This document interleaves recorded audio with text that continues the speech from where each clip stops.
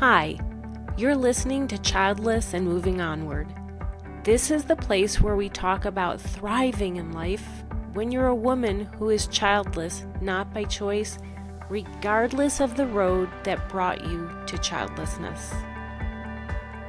Hi, and welcome back to another episode of Childless and Moving Onward. I'm Gail Miller, your host. I am a physician and life coach, and I am childless not by choice and not just surviving, but thriving. Now, I have spoken about the term childless not by choice before, about what it's referring to and the ways in which it's controversial for some reason. Now, I wouldn't have thought that even that would be fodder for those who love to judge, right? It's a painful topic, and most people who are not childless, not by choice, when you bring it up, oh, the pity starts, right? So I would never have thought that that term is something that people would judge for, but they do. So if you want to hear more about that, I talked about it in episode 2. Okay.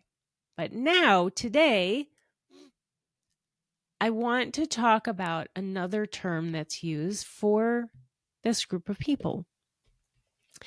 For those of us who wanted to become parents, but for so many different reasons, it didn't happen and it's not going to.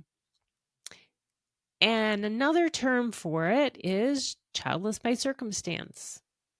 Why the different terms? Because there's other terms as well. But the reason there are so many different terms is that there's no single one that feels right for everyone. And that's part of it.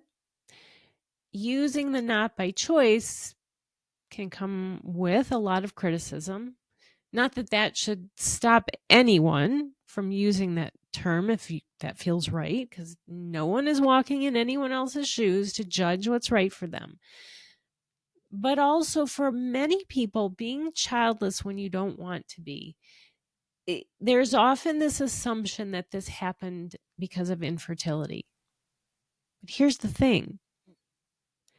A large percentage of people believe, including, I will say, my own colleagues, physicians, a large percentage believe that infertility can always be overcome. There's always something that can be done. And no, that's not the case, unfortunately. But still, there's this overriding sense of belief that the only way you could possibly be childless not by choice is because of infertility. And that's not true. Childlessness that's unwanted can happen for a multitude of reasons that are not due to infertility. So that's where the term childless by circumstance often pops up.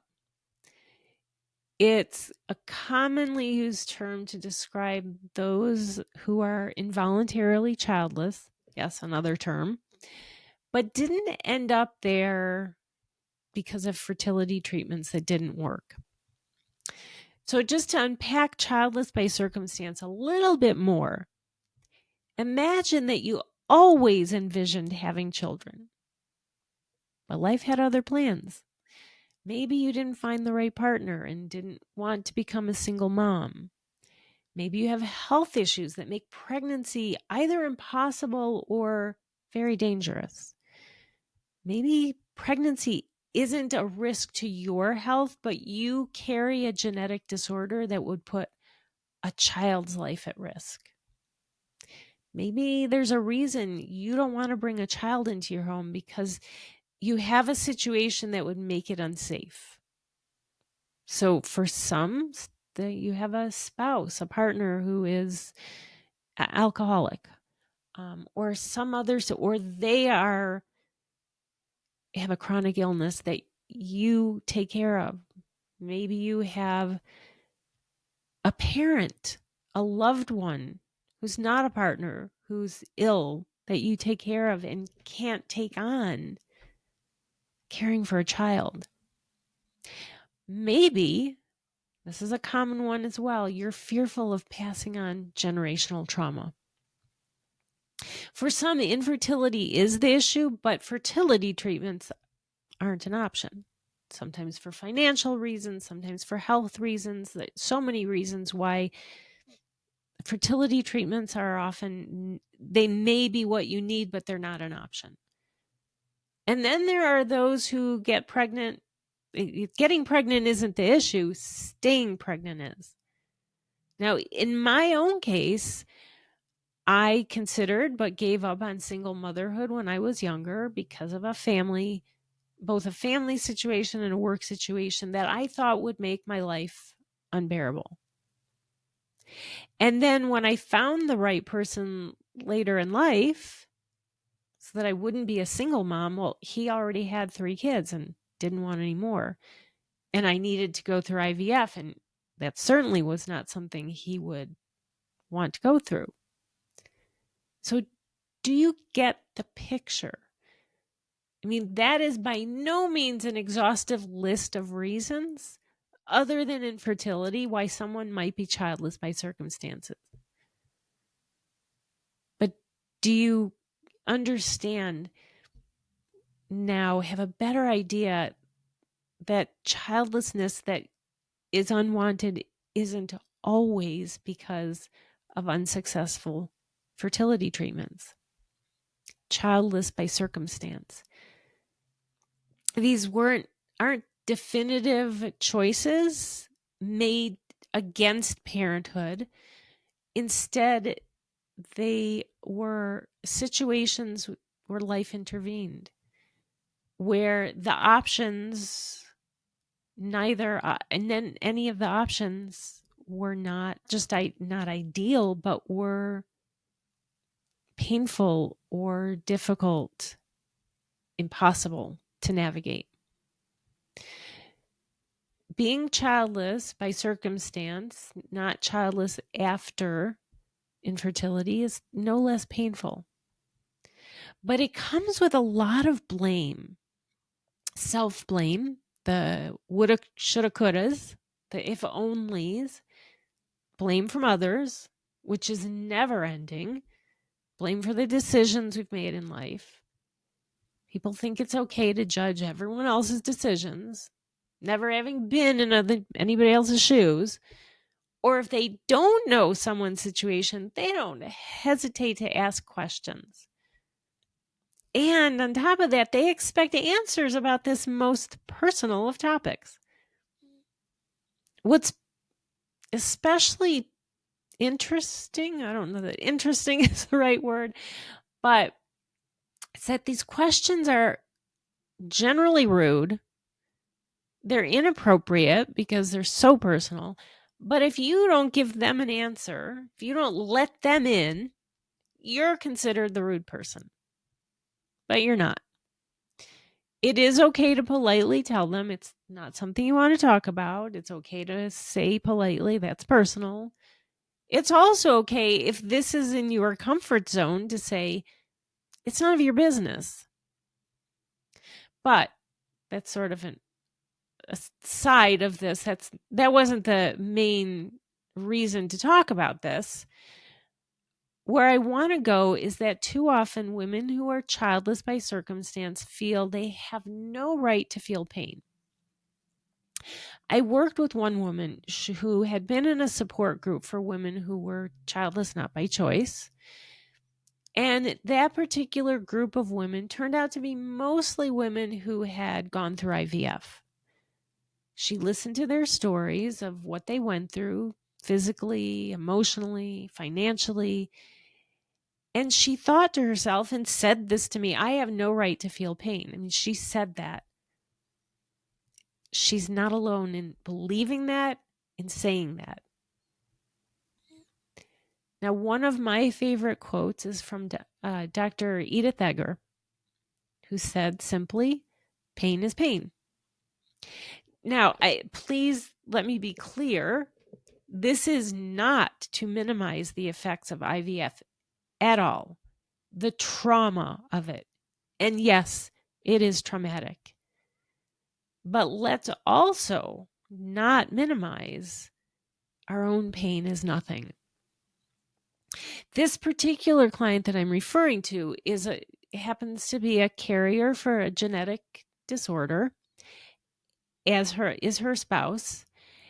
And while they're carriers, so it doesn't affect them because they each carry this, they can potentially have a child with a lethal disorder if that child inherited both of those genes. Unfortunately, the options to avoid that for them weren't available for financial and personal reasons. So the decision not to do IVF, which would have been part of what was required for this, that decision was essentially made for them. And they didn't conceive on their own. They tried, but they didn't conceive on their own. But she felt that by not doing IVF or using a surrogate, they didn't do enough. They were too passive. She blamed herself. She thought she didn't deserve to feel the pain that the other women in her support group who had gone through IVF and didn't have a child, that she didn't feel she deserved to feel the pain. They did, she didn't. But again, pain is pain. Being childless after IVF or childless by other circumstances, while they stem from different life experiences, both paths are incredibly challenging. Whether by circumstance or after unsuccessful IVF,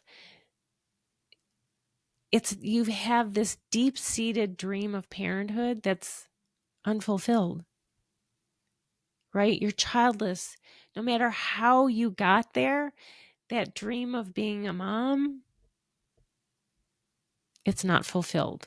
Doesn't matter how you got there.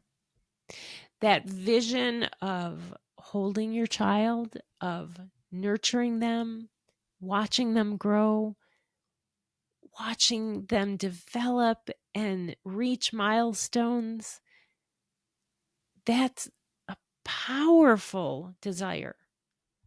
And while not necessarily universal, it's very, very common. It's almost universal. Both paths, whether you are childless after IVF or childless because of your circumstance, they both involve emotional turmoil. You've had to make decisions that are between equally painful options. For those who are childless by circumstance, it might be the slow realization over time that parenthood isn't going to happen if you don't meet the right partner and don't want to be a single parent. For those who have other circumstances, it's a painful decision sometimes, again, between options that are equally painful, equally not good, if you will. For those who are childless after unsuccessful IVF, it's the intense cycle of hope and disappointment with each treatment, not to mention the physical and emotional toll that IVF takes. Society in general emphasizes parenthood as a key milestone in life. So no matter the path you've taken to get to this being childless when you don't want to be, doesn't matter the path you've taken. You can feel isolated and misunderstood. You will face insensitive comments and questions, sometimes well-meaning comments and questions, but they are hurtful nonetheless about why don't you have children? Why didn't you try X, Y, and Z?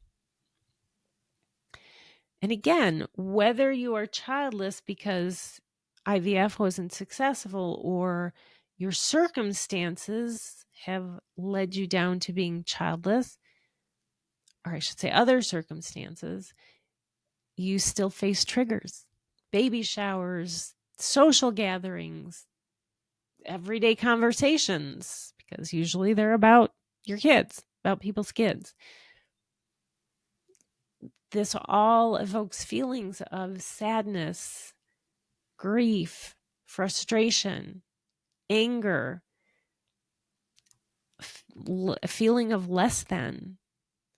And those feelings are common among the groups of women who are childless after IVF or childless after other circumstances.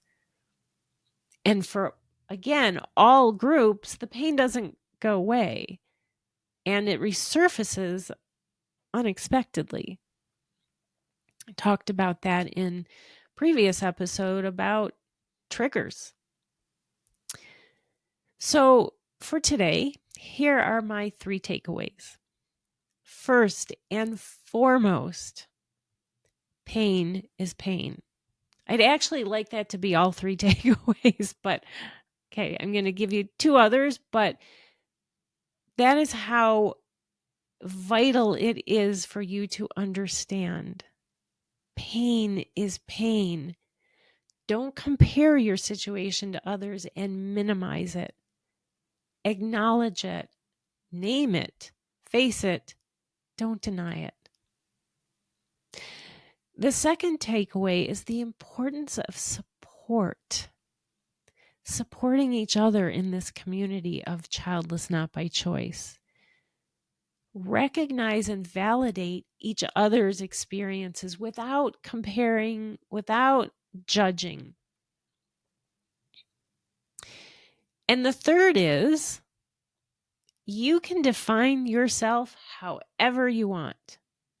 Now, being childless, that does not define you. But you can use whatever term you want to describe your childlessness. Whatever feels right to you. Ignore the outside voices, ignore the judgment, the criticism, right? Because no matter what you do, there's going to be somebody who judges you and criticizes you, right? If you do A, someone's going to say you should have done B. If you did B, somebody else is going to say you should have done A. That's just life, especially now with social media and everyone thinking they have the right to see in your life and to judge it. Use whatever term feels right to you and ignore what anybody else says because you matter. So as we wrap up today's episode, what I want you to remember is that being childless, when you don't want to be, no matter what path brought you there, it's a journey filled with unique challenges and emotions. Recognizing and validating both your own experiences and others is crucial. You're not alone. And there is a community that understands and supports you. One of those communities is the circle of support that I have created that helps you move through the healing process of your journey.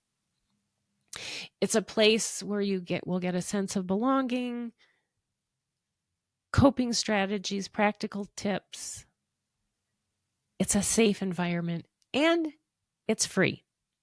So every month, the third Tuesday of each month from 6 to 7 p.m. Mountain Time is my circle of support. And you can find that in the link in the show notes.